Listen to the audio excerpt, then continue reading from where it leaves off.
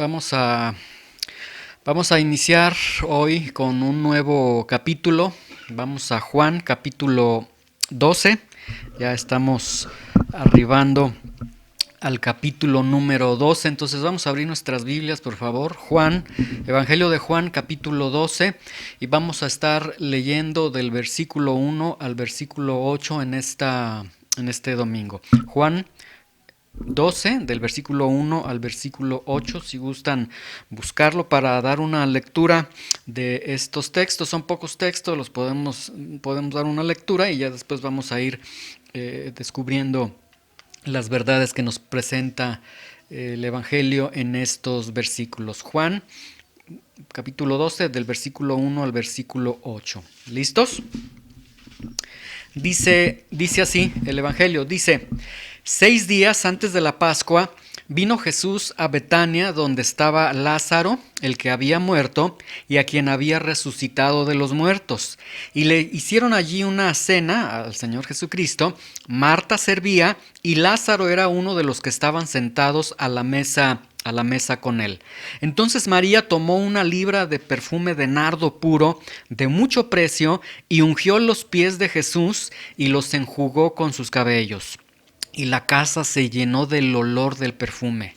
Y dijo uno de sus discípulos, Judas Iscariote, hijo de Simón, el que le había de entregar, dijo: ¿por qué no fue este perfume vendido por 300 denarios y dado a los pobres? Pero dijo esto no porque se cuidara de los pobres, sino porque era ladrón, y teniendo la bolsa, sustraía de lo que se echaba en ella.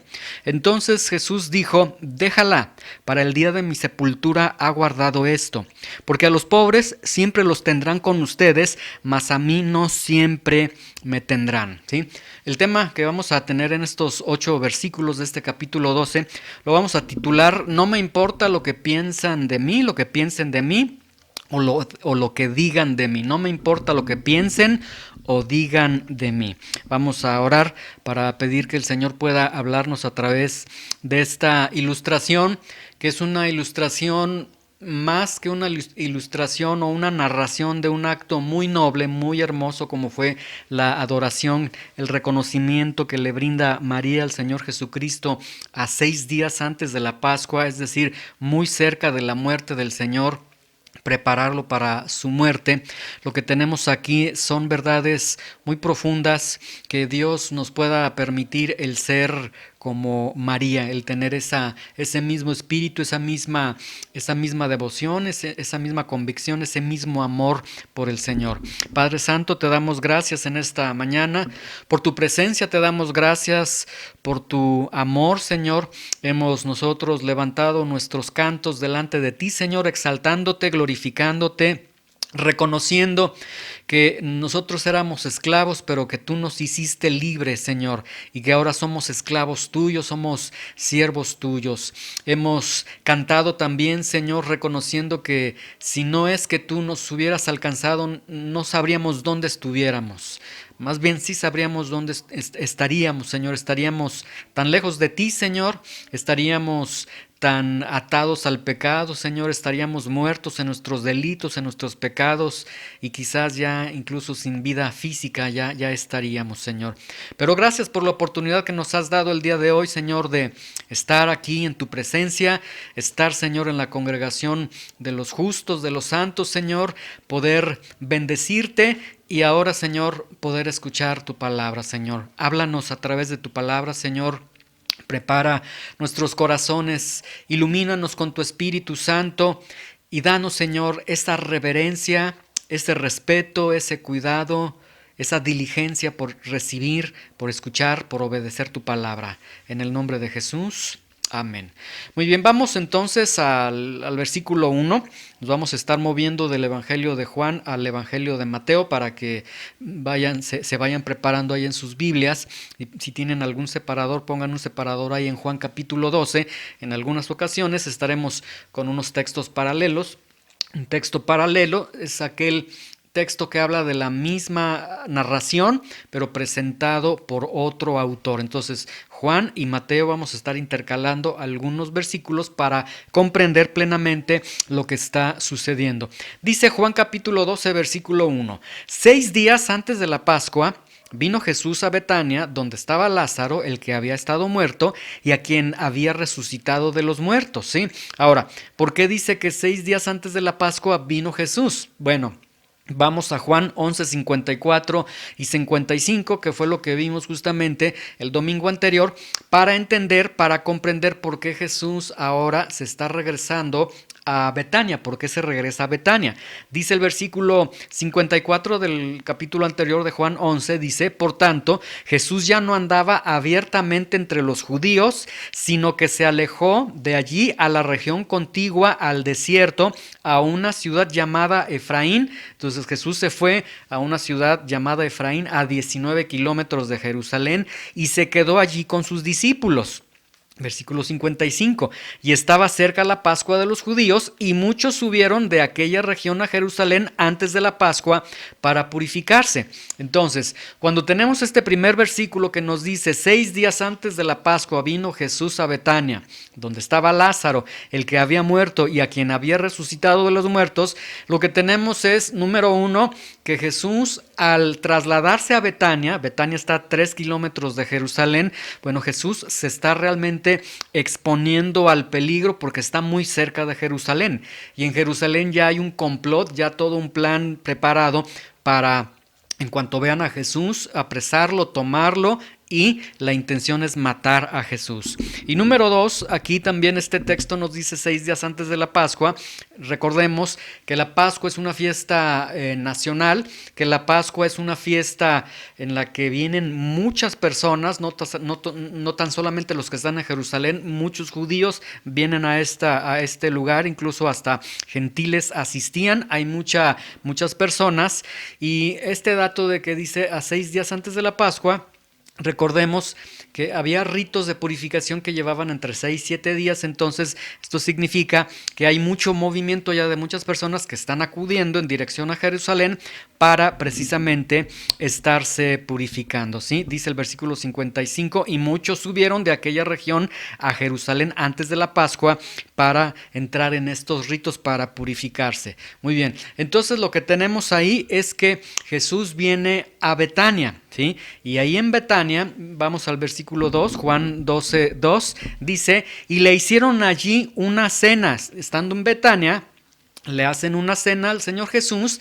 Marta, que no están en la casa de Lázaro, ni de Marta, ni de María, pero Marta por alguna razón está sirviendo en esta cena, y Lázaro era uno de los que estaban sentados a la mesa, ¿sí? Muy bien, ¿qué tenemos aquí? Tenemos una cena. Le preparan una cena al Señor.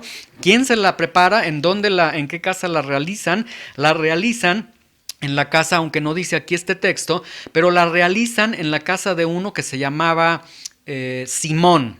¿Quién es Simón? Vamos a Marcos capítulo 14, versículo 3. Ahí pongan un separador en Juan 12, 2 para comprender quién es Simón. Juan no nos dice en qué casa se está desarrollando. Marcos sí nos dice en qué casa se está desarrollando. Se está desarrollando en la casa de una persona que se llama Simón. ¿Quién es Simón? Marcos 14, 3 dice: pero estando él en Betania, es decir, el Señor Jesucristo, en casa de Simón el leproso.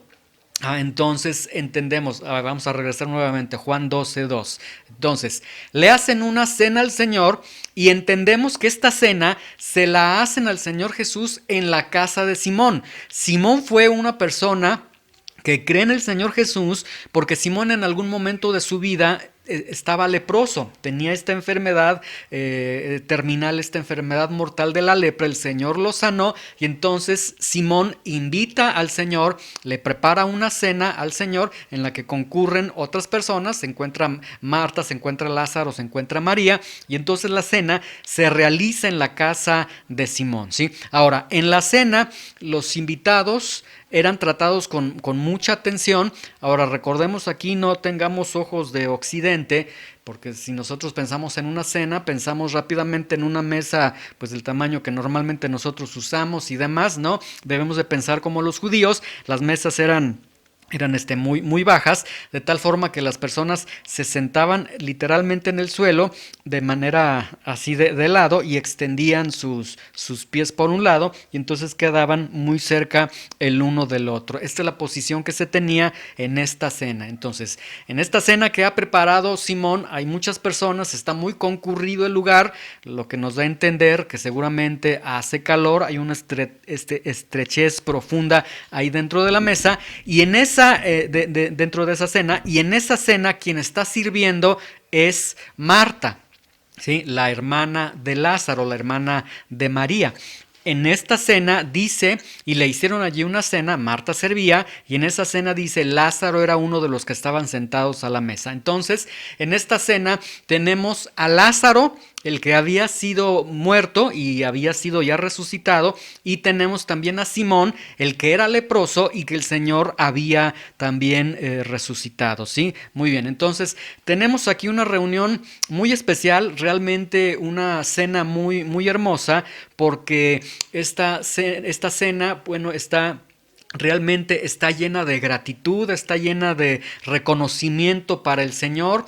Nada más y nada menos se encuentra Simón, el que había sido leproso y el Señor lo había salvado, lo había sanado. Se encuentra Lázaro, el que había muerto. Se encuentra Marta, la que había creído en el Señor y había sido salvado por el Señor. Entonces era una reunión realmente muy hermosa, una cena muy hermosa, donde se le está reconociendo al Señor, donde se está clamando al Señor, donde se está amando al Señor, y no como en Jerusalén, que tienen el complot para tomarlo, para matarlo y demás. Hay un gran contraste entonces entre lo que está sucediendo en esta cena y lo que está sucediendo en los planes perversos que tienen en Jerusalén. Ahora, la cena continúa, la cena se está desarrollando en un ambiente de paz, de cordialidad, de reconocimiento al Señor. Y vamos a Juan capítulo 2, versículo 3. De pronto en la cena sucede algo inesperado. Están todos cenando, se entiende que están degustando los alimentos, están conviviendo, están platicando, están en un ambiente realmente muy hermoso, y de pronto dice Juan 12:3, entonces María tomó una libra de perfume de nardo puro, de mucho precio, y ungió los pies de Jesús y los enjugó con sus cabellos, y la casa se llenó del olor del perfume, ¿sí? Vean, entonces estamos aquí en este ambiente donde se está reconociendo al Señor, donde hay seguramente alegría, donde hay un ambiente muy hermoso, y de pronto María va con una libra de perfume, con un frasco seguramente de una libra de perfume de nardo puro, y comienza a ungir al Señor.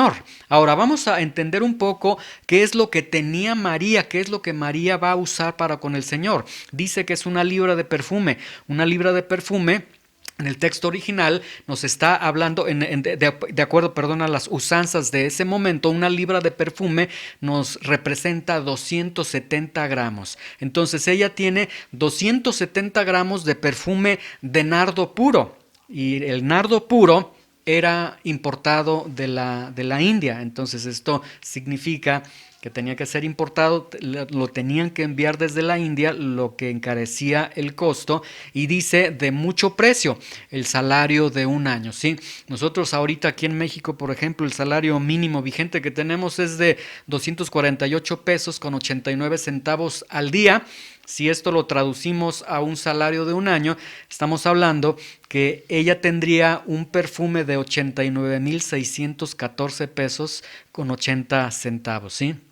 Y este perfume de nardo puro, esta libra de perfume de nardo puro, pues por su alto costo se utilizaba solamente en ocasiones muy especiales. Entonces dice el versículo 3, que estando cenando ahí, están cenando, de pronto llega María y comienza, dice, y ungió los pies de Jesús y enjugó los pies del Señor con los cabellos de María, comienza a ungir al Señor. Pero vamos a Mateo capítulo 26, versículo 7, para que podamos nosotros comprender exactamente qué es lo que sucedió, lo que completamente sucedió. Juan solamente nos dice que enjuga los pies del Señor, pero Mateo nos da, él tiene otra óptica y nos agrega un dato más a este suceso. Mateo 26:7 dice, vino a él una mujer, refiriéndose también a María, con un vaso de alabastro de perfume de gran precio y lo derramó sobre la cabeza de él, es decir, de Jesús, estando sentado a la mesa, ¿sí? Entonces, vamos a regresar nuevamente a Juan 12:3. Lo que está sucediendo es que, bueno, por la posición que tienen, estar sentados así de lado y con los pies extendidos, pues esta posición que tiene Jesús ahí en la mesa ayuda a que llegue María, toma este perfume, lo derrama en la cabeza de Jesús, lo derrama en sus pies y empieza a enjugar con sus cabellos los pies del Señor, ¿sí? Comienza a enjugar al Señor. Ahora, sí se hacía este acto, sí se realizaba cuando alguien era invitado, se le ungía y la idea era ungirle para refrescarlo y para causar sensación de alegría al invitado.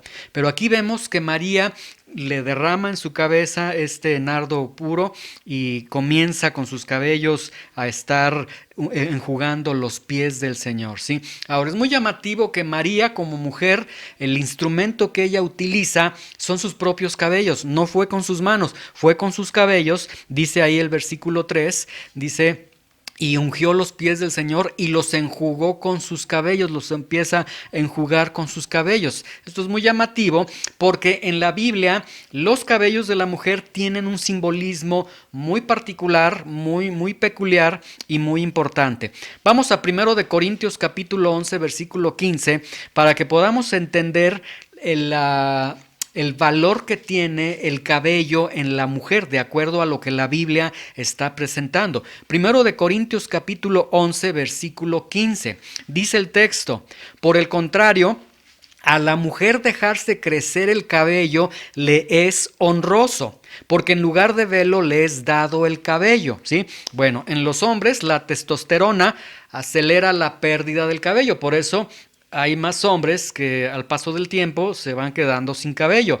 En la mujer el estrógeno hace que el cabello de las mujeres crezca y dure más que el cabello de los hombres. Entonces, Dios, por naturaleza, por creación, a la mujer le ha dotado de algo muy especial que es esta cubierta natural de gloria que es a través de su cabello. Dice otra vez 1 Corintios 11:15, por el contrario, a la mujer dejarse crecer el cabello le es honroso. Y dice el texto original griego: por el contrario, a la mujer dejarse crecer el cabello, dice, el cabello le es para ella gloria, ¿sí? Entonces, lo que está sucediendo aquí, vamos a regresar a Juan capítulo 12, versículo 3, cuando entonces el texto dice: entonces María tomó una libra de perfume de nardo puro, de mucho precio, y ungió los pies de Jesús, y los enjugó con sus cabellos, y sus cabellos viene a ser la gloria de la mujer. Entonces, lo que aquí tenemos es que María estaba poniendo su gloria a los pies de Jesús, ¿sí? Vamos a Proverbios capítulo 20-29 para entender un poquito más acerca de esta idea de la gloria. Proverbios capítulo 20, versículo 29 dice: la gloria de los jóvenes es su fuerza, y la hermosura de los ancianos es su vejez. Es decir, este texto está diciendo: la gloria de los jóvenes es su fuerza, la gloria de los ancianos es su vejez. Es decir, aquí el punto, la idea es que gloria es aquello que es preciado por uno, aquello que es sumamente valorado por uno. Y entonces nosotros tenemos aquí en Juan 12:3, si quieren regresarse nuevamente en Juan 12:3, que María no calcula el precio, no consulta con sus hermanos: oiga, ¿estará bien que yo derrame este nardo, este perfume de nardo al Señor, que lo unja, etcétera? Ella no calcula el precio, no consulta con nadie. Para ella no hay nada más valioso que pueda ser entregado a Jesús, y entonces vemos que ella está dando su gloria. Lo que para ella es más preciado el Señor Jesús, y lo pone a sus pies. Pero sucede algo muy peculiar algo realmente muy contradictorio, algo muy triste y algo que en verdad nos deja mucho que desear, porque ante este acto de adoración, de reconocimiento, de rendición, de reconocer al Señor como el Mesías, como el enviado de Dios, vamos a Juan capítulo 12, versículo 4. Inmediatamente después de que María ha derramado este perfume, ha ungido la cabeza del Señor, ha enjugado los pies del Señor con sus cabellos, con este perfume, vean el versículo 4 lo que sucede. Dice, y dijo uno de sus discípulos, Judas Iscariote, hijo de Simón, el que le había de entregar. Ahora noten con mucho cuidado que esta es la primera vez que se registra que habla Judas, el que es el traicionero. Nunca en toda la historia de estos 3 años que ha tenido con el Señor, nunca Judas abrió la boca, nunca se registra que haya hablado. Y la primera vez que habla Judas, vean, habla para quejarse. Y dijo uno de sus discípulos, Judas Iscariote, hijo de Simón, el que le había de entregar, ¿sí? Ahora, esta frase, el que le había de entregar, significa que estaba predestinado para ello, pero no predestinado en contra de su voluntad,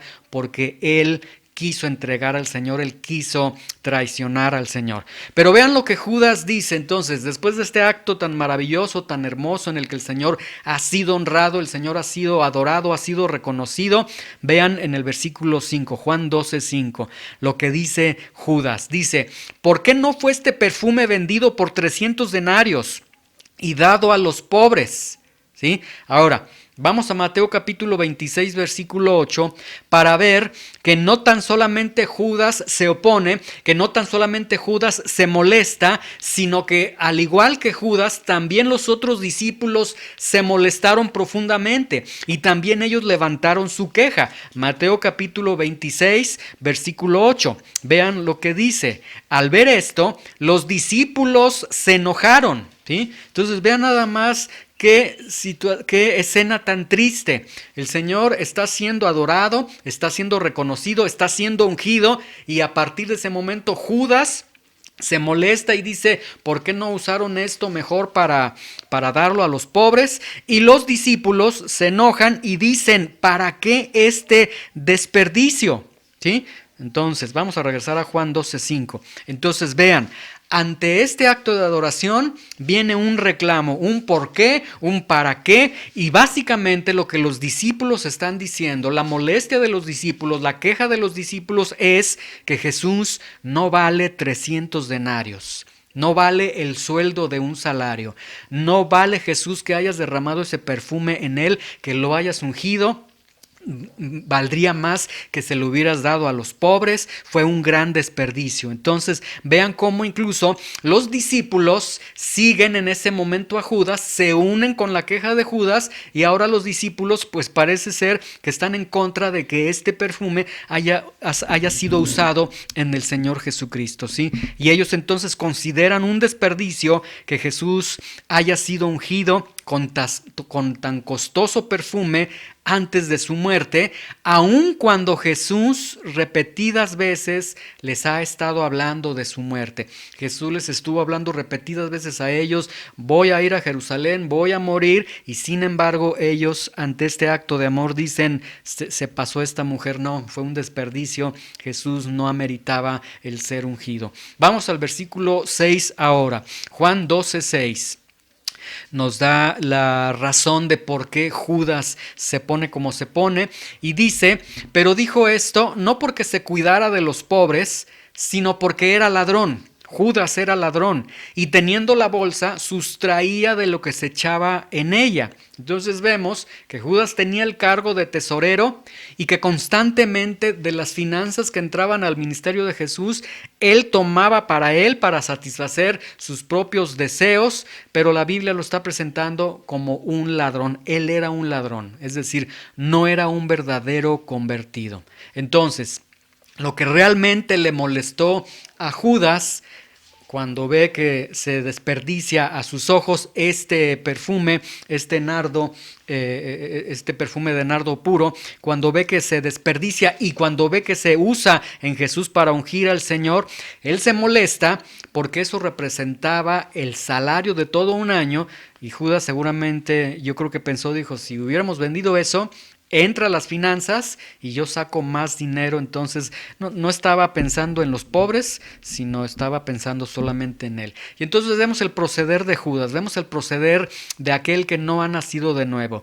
Practica el pecado en secreto, aun cuando está sirviendo al Señor, él está haciendo sus maldades, practicando el pecado, pero eso sí, acompañado de frases piadosas, como dice ahí, este perfume pudo haber sido vendido por 300 denarios y haber sido dado a los pobres. Entonces se escudan en frases piadosas, pero realmente están abrazando el pecado de manera secreta. Y Judas engañó a todas las personas excepto a Jesús. Pero vamos a ver la respuesta de Jesús ante esto. Vamos a Juan capítulo 12, versículo 7.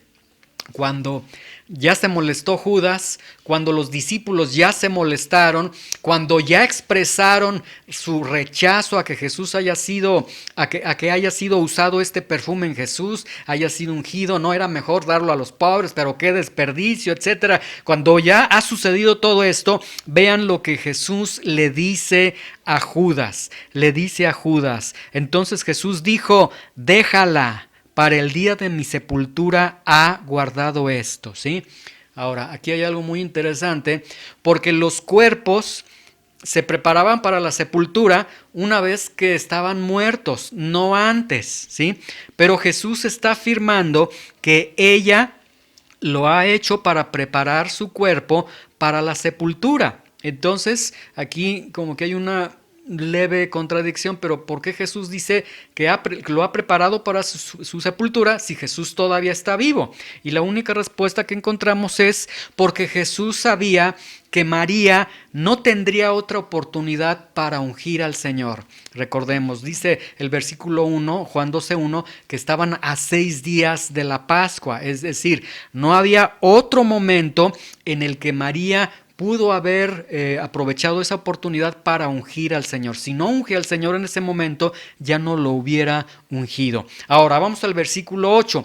En este versículo 8, ahora Jesús se va a referir a todos los discípulos. Vean lo que les dice a los discípulos. Les dice, miren, a los pobres ustedes siempre los van a tener, mas a mí no siempre me van a tener. Se dirige a todos ellos. Ahora, ¿por qué Jesús se refiere a los pobres? ¿Será que Jesús está menospreciando a los pobres? No, Jesús no está menospreciando a los pobres, pero hay dos razones por la que Jesús se refiere a los pobres y por la que Jesús les dice a los pobres siempre los van a tener, pero a mí no siempre me van a tener. Razón número uno, bueno, por el contexto, porque Judas y los discípulos mencionaron que eso fue un desperdicio y que se tenía que dar a los pobres.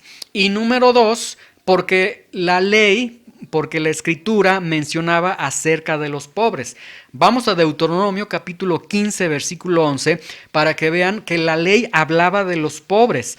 Allá al Nuevo Testamento, los primeros, en el Pentateuco, los primeros 5 libros de la Biblia, Deuteronomio capítulo 15, versículo 11. La ley sí hablaba de los pobres, ¿sí? Por eso Jesús también hace mención de los pobres. Deuteronomio 15:11 dice, porque no faltarán menesterosos en medio de la tierra, por eso yo te mando diciendo, abrirás tu mano a tu hermano, al pobre y al menesteroso en tu tierra.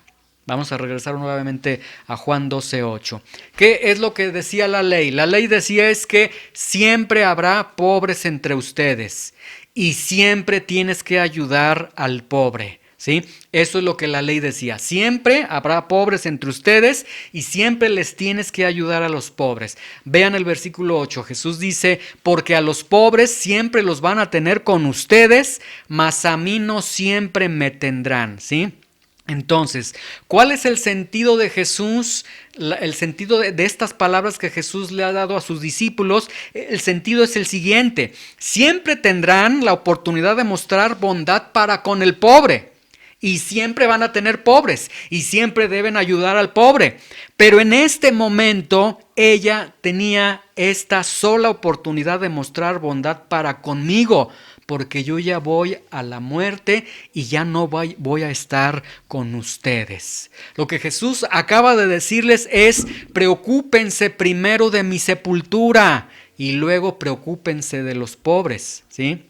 Ayudar a los pobres en cualquier momento, en cualquier lugar, pero ungir al Señor antes de su muerte solamente en ese momento. Entonces lo que nosotros tenemos aquí es que María aprovechó la única oportunidad que tuvo. 6 días antes de la Pascua, estando en la casa de Simón, el que fue leproso. Es decir, María dijo: este es el momento, este es el lugar, necesitamos acudir a esa cena, me voy a llevar mi perfume y ahí voy a ungir al Señor, tengo que ungirlo, ¿sí? Ahora, María entendió plenamente lo que ella hizo. Vamos a Lucas capítulo 10, versículo 39, para que nosotros comprendamos que María entiende plenamente lo que ella está realizando. Y por eso yo les decía al inicio de esta narración que ojalá el Señor pueda darnos ese espíritu de María, esa convicción de María, ese amor que María tiene, esa devoción que María tiene,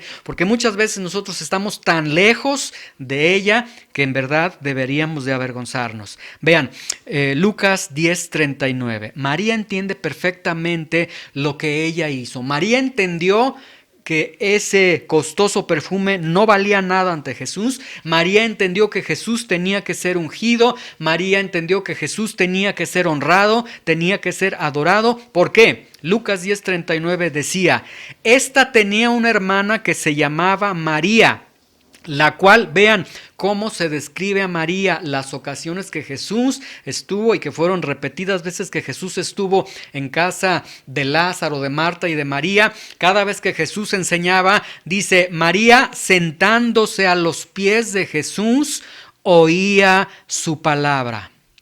Entonces, María, cada vez que Jesús estaba abriendo la boca y enseñando la palabra de Dios, ella se sentaba a sus pies. Esta expresión sentarse a sus pies significa que se ponía bajo la enseñanza, bajo la dirección del maestro que estaba hablando y oía su palabra. Y este término oía está implicando que obedecía su palabra. Entonces, vemos que María era una mujer que creía en el Señor y que cuando el Señor hablaba no había nada más importante que escuchar al Señor que estaba hablando. Y que cuando el Señor hablaba, ella entendía que no había nada más importante que obedecer lo que el Señor estaba diciendo. Entonces, ahora María en esta cena en Betania, que no le importa el momento de la cena, no le importa que están cenando, no le importa que es casa ajena, no le importa el qué dirán, ella llega y ahora unge los pies de Jesús, esos pies bajo los cuales estaba sentada, estaba bajo esos pies oyendo a Jesús. Ahora unge sus pies. Ahora María unge la cabeza y los pies de aquel que repetidas veces estuvo escuchando de su palabra. María preparó el cuerpo para la sepultura de Jesús. Jesús dijo: ella me ha preparado para mi sepultura, porque María creyó a Jesús, le creyó a Jesús. María creyó quién era Jesús, creyó lo que decía Jesús y María tenía que hacer esto. Ahora, este acto tan pequeño quizás, este acto tan odiado, tan aborrecido por los discípulos, tan criticado por los discípulos, ese acto, vamos a Mateo capítulo 26:13, para que vean que este acto ocupa un lugar tan importante en el corazón de Jesús, en el corazón de Dios, por todo lo que implica este acto de haber ungido al Señor, haberlo preparado para su muerte. Vean cómo este acto queda en la memoria del Señor de manera eterna. Mateo capítulo 26, versículo 13, dice: de cierto les digo, y esto lo dice el Señor Jesucristo, les digo en verdad que donde quiera que se predique este evangelio en todo el mundo, también se contará lo que ha hecho esta para memoria de ella. ¿Sí? ¿Qué es lo que sucedió? Jesús inmortalizó este acto de amor. de haber tomado lo más preciado, de haber usado su gloria, de haberlo derramado al Señor, de haber creído en aquel que había dicho, voy a ir a la cruz del Calvario, voy a morir, de haberlo preparado para su muerte, ¿sí? En los cielos hay adoración, dice el libro de Apocalipsis, que hay una adoración impresionante para el Señor, pero este acto de adoración que realizó María trasciende incluso hasta los mismos cielos. Y este acto de amor por Jesús ha tenido y tiene una perpetua influencia, ¿sí? Y me surgen, ya terminando Juan 12:8, me surgen varias preguntas que podríamos llevarlas a la reflexión, ¿sí? ¿Por qué este acto de amor y de adoración no lo realizó Simón, el leproso? En ese tiempo la lepra era peor que el cáncer. En ese tiempo la lepra era ser excluido del pueblo, morir poco a poco, ver que tu cuerpo se va desintegrando, que se va cayendo parte a parte, ver tu propia muerte. ¿Por qué Simón, el que fue leproso, no fue el que ungió al Señor?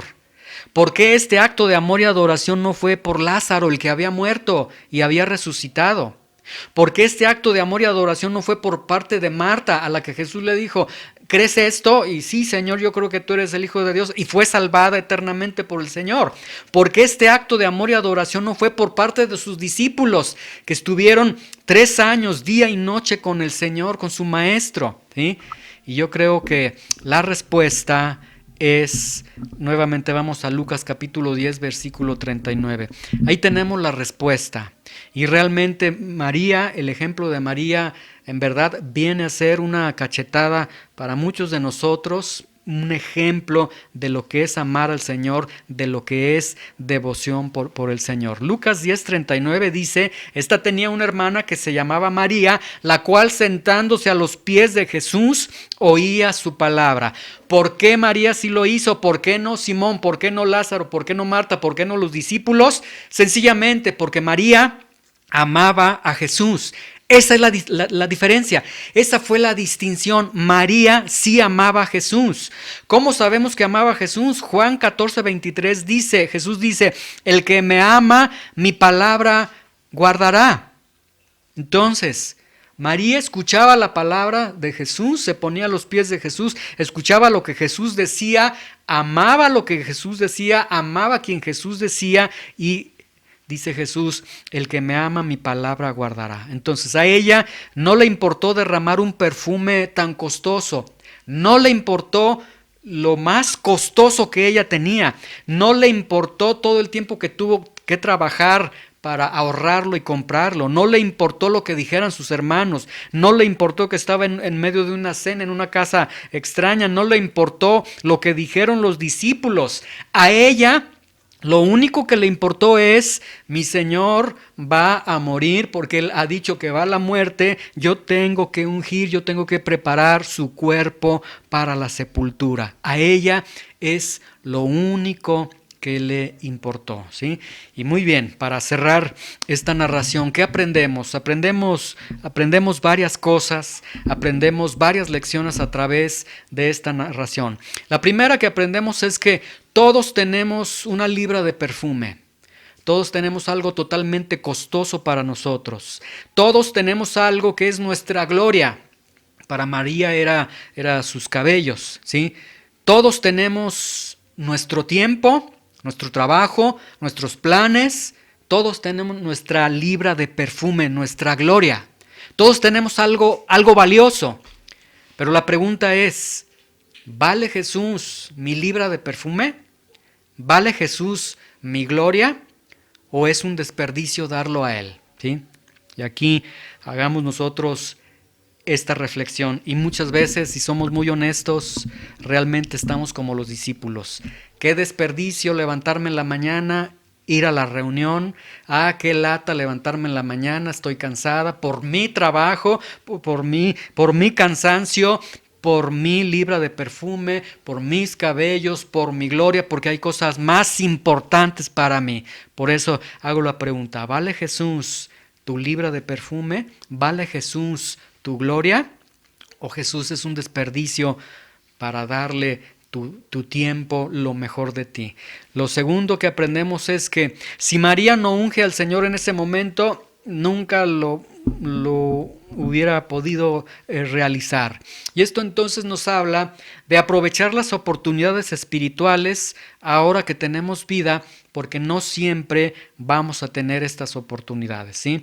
Aprovecha hoy que puedes escuchar la palabra de Dios, aprovecha hoy que puedes venir a la reunión, aprovecha hoy que tienes una Biblia frente a ti, aprovecha que puedes orar al Señor, porque en algún momento esas oportunidades se van a terminar, ¿sí? Si el día de hoy no las aprovechas, será muy lamentable el día de mañana cuando por una situación de salud, por una situación incluso legal, una prohibición, lo que sea, ya no lo puedas hacer y no vas a poder recuperar ese tiempo. Entonces, en María vemos que se deben aprovechar las oportunidades espirituales, ¿sí? Faltar a la reunión es desaprovechar una oportunidad espiritual. Faltar a una reunión, ¿qué cosa más importante que no asistir sería? ¿Qué cosa más importante que no atender lo que Dios está diciendo? Si nosotros no aprovechamos estas oportunidades, dice el Señor que estas oportunidades van a terminar en algún momento. Entonces, esto no es juego, no es un regaño, no, es simplemente, como les dije, tenemos que confrontarnos con María y en verdad María nos va a avergonzar. Pero la razón es que María amaba al Señor y nosotros quedamos muy lejos de amar realmente al Señor. Decimos que lo amamos, pero ni siquiera nos levantamos, ni siquiera nos esforzamos, ni siquiera decimos a nuestro cuerpo, a ver, cuerpo, disciplínate y escucha la palabra de Dios, no te duermas, atiende lo que el Señor está diciendo, ¿sí? Número 3, ¿qué aprendemos en esta narración?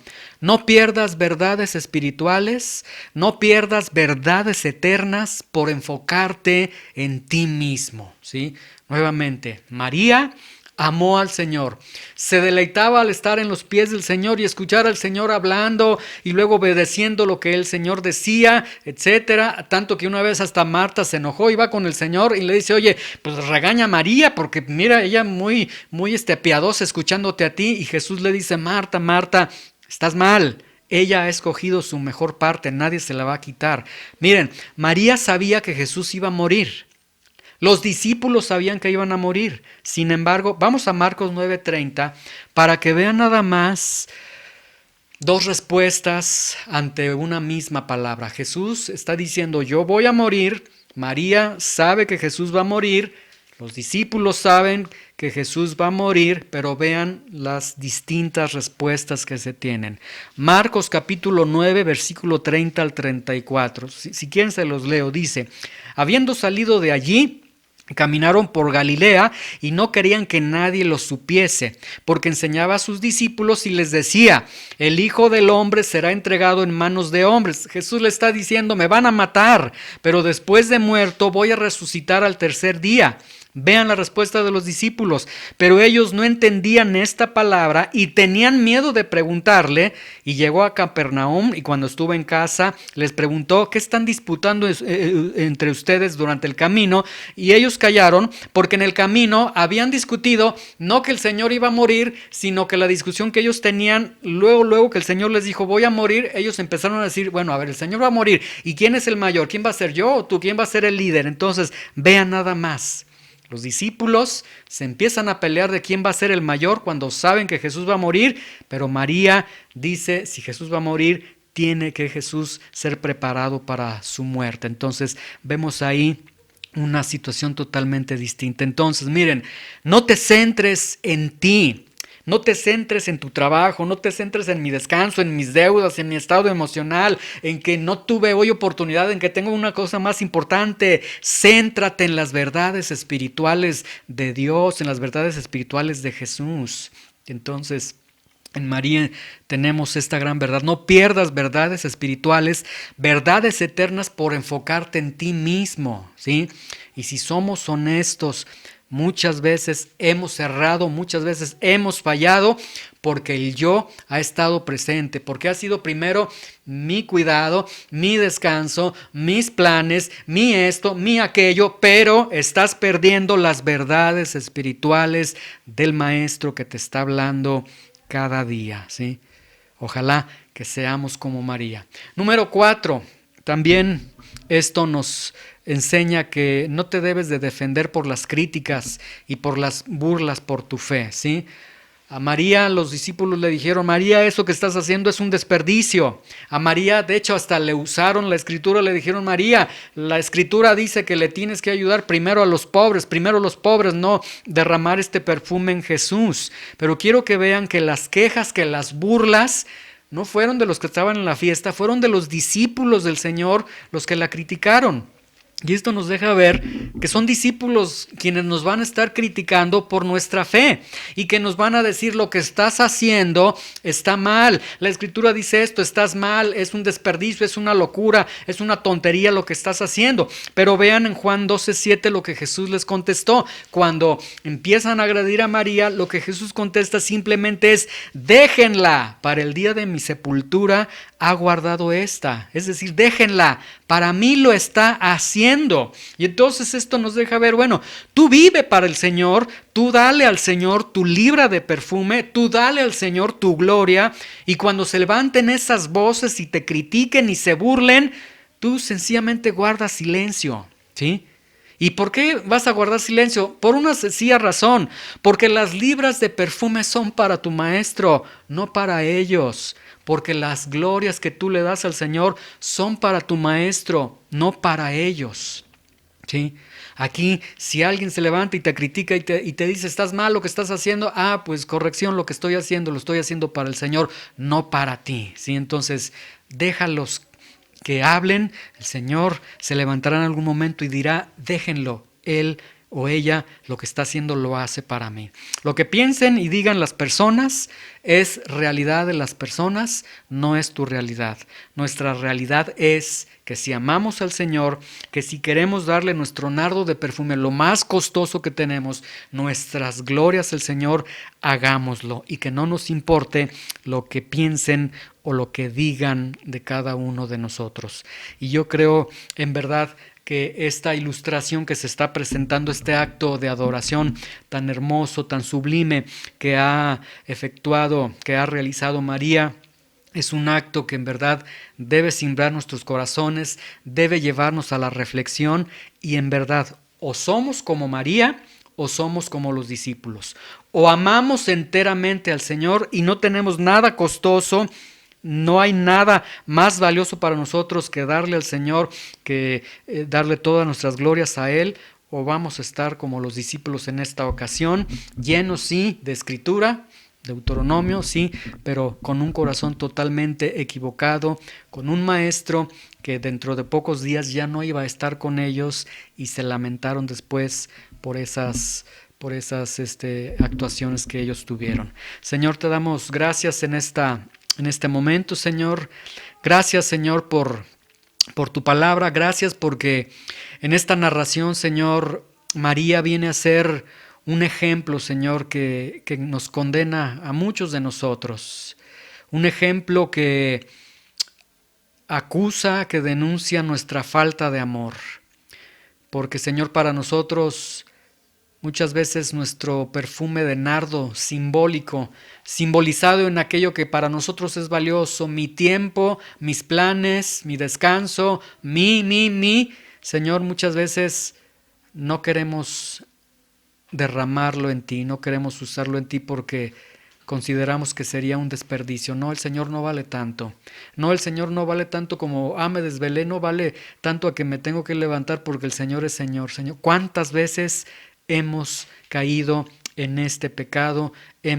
Señor, en verdad nos acusamos y nos declaramos pecadores porque no te hemos amado a un nivel, Señor, como te amó María, Señor, en la que no hubo nada costoso para darte a ti, en la que brindó toda su gloria, todo lo hermoso, Señor. A veces lo más hermoso de nuestras vidas es para nosotros. Mi fuerza, mi salud es para mí, es para vivir, para hacer lo que yo quiero. Pero, Señor, en María tenemos el ejemplo de alguien que lo usó para ti, Señor, y que completamente fuiste tú. Señor, llévanos a una nueva dimensión, Señor, a una nueva comunión contigo en la que tú seas, Señor, realmente el Señor, en la que en verdad podamos nosotros quebrar nuestro vaso de alabastro ante ti, Señor, derramar todo aquello que es costoso para nosotros, brindar, Señor, ungir tus pies, Señor, con nuestros cabellos, con nuestras glorias, en la que solamente seas tú exaltado y solamente tú exaltado, Señor. Ayúdanos, Señor, a tener este nivel de amor, de devoción, de compromiso por ti, Señor. Y en verdad, Señor, ya basta de decir, es que yo soy cristiano, es que yo amo al Señor cuando no lo amamos, Señor. Perdónanos porque hemos mentido, porque nos hemos mentido. Porque si en verdad te amáramos, Señor, otra sería nuestras acciones, nuestra conducta hacia ti. Pero hoy te rogamos en tu misericordia, en tu amor, que nos restaures, que nos ayudes y que nos lleves, Señor, a esos niveles profundos de amor, de convicción, de pasión, de entrega por ti, Señor. En el nombre de Jesús te damos gracias. Amén.